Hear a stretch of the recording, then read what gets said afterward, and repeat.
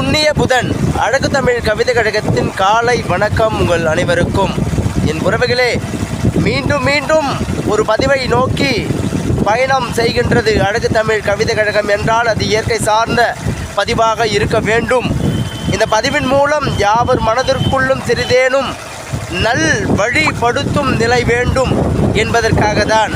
என் உறவுகளே, மாற்றங்கள் பல ஏறிவிட காத்திருக்கும் உலகம், மாறுபட்ட சிந்தனைக்குள் நம் மனம் புக வேண்டும் என அழகு தமிழ் கவிதை கழகம் நினைக்கும்.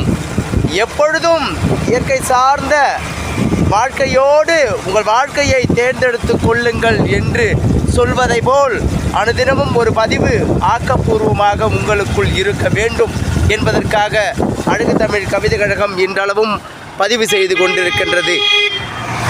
சிறிதேனும் மாற்றங்கள் இதன் மூலம் உங்கள் மனதுக்குள் எட்டிவிட்டால் பெரும் மகிழ்ச்சியை கொண்டு விடும் என்பதற்காக. என் உறவுகளே, நிலையான உலகம் பல வாய்ப்புகளை நமக்காக அள்ளி கொடுக்கும் என்ற நிலைமையில்தான் இன்றளவும் இருந்து கொண்டிருக்கும் தன்மையில் இந்த வாழ்தடங்கள் இருந்து கொண்டிருக்கின்றது. நாமும் நம் வாழ்க்கையை மிக மிக நுட்பமாக கையாளும் மனப்பக்குவத்தை அடைதல் வேண்டும்.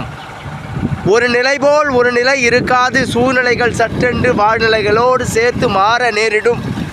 நாம் அதை கையாளும் பக்குவந்தான் நம்மை அடுத்த நிலைக்கு நம் வாழ்க்கையை அது கொண்டு சேர்க்கும். என் உறவுகளே, நிலையான ஒரு மனதை நிலை கொள்ளாத இடத்திற்கு அலமோதி கிடக்கும் தன்மையில் இருந்து நாம் முதலில் மாற வேண்டும்.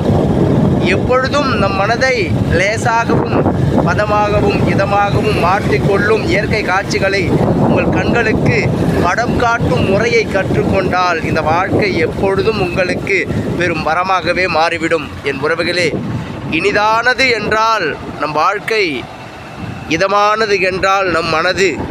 எப்பொழுதும் பல கனவுகள் காணலாம் நம் மனதுக்குள். அதை அனைத்தையும் நிறைவேற்ற நாம் எப்பொழுதும் நமக்குள் இருக்கும் பக்குவத்தை அடைதல் வேண்டும். பிறகு இந்த உலகம் என்ன எதிர்பார்ப்புகள் நமக்கு மீது திணித்தாலும் அதை அழகூற நம் கையாண்டு வாழ்ந்து கொண்டிருக்கும் மனித வாழ்க்கையை இயல்பானதாக மாற்றிவிட முடியும் இந்த மண் தடம் மீது. என் உறவுகளே, எப்பொழுதும் நாம் நமக்குள் இருக்கும் பக்குவத்தை அடைந்துவிட்டால் இந்த உலகம் நமக்கு பேர் வரமாக மாறும். அதை வைத்து இந்த மண் தடம் மீது பிறந்த மனித பிறவியை பெருமையாக வாழ்ந்து விடலாம். என் உறவுகளே, அழகானது வாழ்க்கை. அது என்றால் நாம் நினைப்பது போல் வாழ வேண்டும். நாம்